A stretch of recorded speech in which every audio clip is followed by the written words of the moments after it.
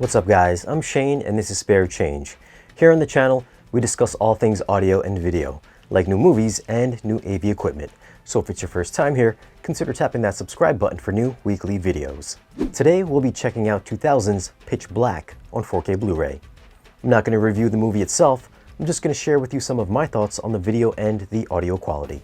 Now, let's go over a few tech specs. The movie was shot on 35mm. It's got a 4K DI, it's rated R, it's 109 minutes for the theatrical cut and 112 minutes for the director's cut. Aspect ratio is 239:1, which means it's got those black letterbox bars.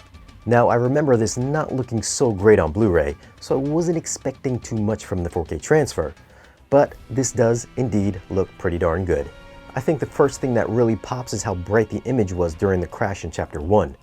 I'm talking eye-searing HDR. Unlike the regular Blu-ray where the whites, yellows, and oranges were overblown, clipped, and crazy hot, the HDR version is much more controlled and retains peak highlight detail a whole lot better. You'll also see this on the exterior shots once they land on the planet.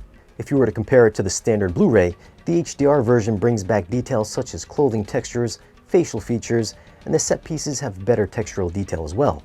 The daytime exteriors still do kind of look hot, but I'm sure this was done to create the feeling that it's a hot, harsh environment out there. Black levels also get a sizable improvement. They're far deeper and richer compared to the grayer blacks found on the 1080p disc. Shadow detail is solid, although in the very darkest scenes, for example Chapter 5, you will see noise in the form of blue specks that scatter throughout the scene. I've only noticed this a few times, so it doesn't pop up too often. Colors have a warm, natural tone, which you'll see during the interiors, while as mentioned before, the exteriors has a stylized look that's desaturated with an emphasis on whites, yellows, and blues to give it a hot desert-like feel. What are you going on about? I thought detail was a definite improvement comparatively to the standard Blu-ray. Close-ups, while not 4K crisp, can look impressively detailed. Some of the exterior pieces like rock formations are now so clean, rather than looking like they're out in some desert area, looks more like they're on a soundstage. I thought the CGI creatures still hold up well today. Some scenes obviously look more animated looking, but overall, I think it looks really good. That shot in Chapter 9 is still pretty great. Now there is a small amount of film grain in this that you'll see in the interior scenes, whereas the exterior daytime stuff is pretty much non-existent. So if you're someone that hates film grain, I think you're gonna like the way this movie looks. Looks clear. Audio is in DTS HD 5.1, so there is no new immersive mix here. Sad because I think there's a ton of opportunities for some back and overhead effects. Still, the 5.1 track was really good.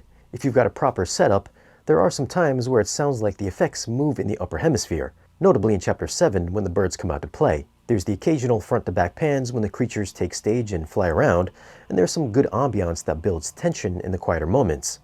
Bass was good during the crash in Chapter 1, but nothing too over the top. Dialogue remained firmly in the center channel and was always easy to hear. So for audio, I'm going to go with an 8.2. This is a good 5.1 mix that followed what was happening on screen accurately. Sure, an Atmos mix would have been awesome, but it is still an enjoyable mix. For video, I'm going to go 8.6. I think the HDR/Dolby Vision is the big deal here. Gone is the overly hot regular Blu-ray. There's some great detail in this transfer and some great black levels. There's a little noise in the darkest scenes, but overall, this is by far the best this movie's ever looked. Now I just hope we get the other two movies in 4K with Atmos.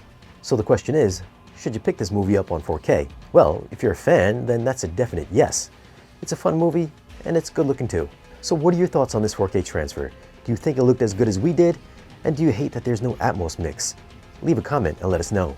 Now if you want to grab this movie, I'll leave some links for it in the video's description. As always guys, thanks for watching.